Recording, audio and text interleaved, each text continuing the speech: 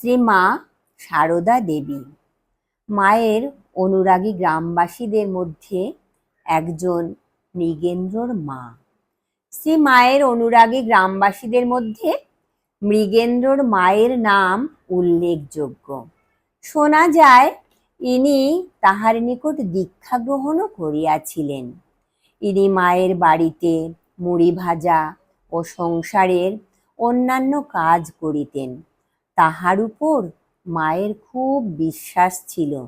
বৃদ্ধ বয়সেও ইনি খুব লজ্জাশীলা ছিলেন। ঘোমটা টানিয়া চলিতেন এবং মৃদুস্বরে কথা বলিতেন। মৃগেন্দ্রদের বাড়ির পাশ দিয়ে শ্রীমাকে প্রতিদিন যাতায়াত করিতে হইত। কাজেই মৃগেন্দ্রর মা নিত্যই তাহার দর্শন পাইতেন। একবার জ্বর হওয়ায় মা 2-3 দিন বাহির হইতে পারেন নাই।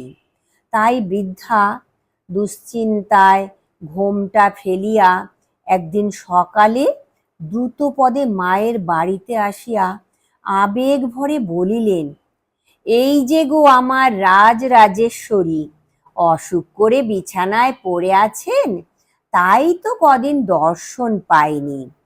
ওদিকে যাওয়া হয় না, চারিদিক অন্ধকার হয়ে আছে। মৃগেন্দ্রর মা একদিন একজনকে বলিয়াছিলেন, মা যে সাক্ষাৎ ভগবতী, এবং এই কথার প্রমাণস্বরূপে মায়ের অলৌকিক জন্মবৃত্তান্ত শুনাইয়াছিলেন। তিনি শিহরের মেয়ে।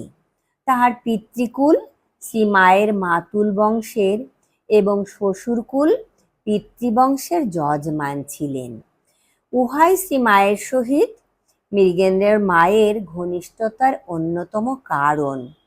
শ্রীরামকৃষ্ণকে দর্শনের সৌভাগ্যও তাহার হইয়াছিল, কিন্তু বয়স কম বলিয়া কথা বলার সুযোগ হয় নাই। তিনি বলিতেন, আমরা ঘরের ভেতর থেকে দেখতুম তিনি যখন আমাদের ঘরের সামনে দিয়ে আহেরের দিকে শৌচে যেতেন। কান পেতে তার কথাবার্তা আমরা শুনতুম। আমার শাশুড়ির সঙ্গে অনেক আলাপ ও রঙ্গরস হতো। জয়রামবাটিতে শ্রী মায়ের মন্দির প্রতিষ্ঠার কিছুকাল পরেই তিনি দেহত্যাগ করেন।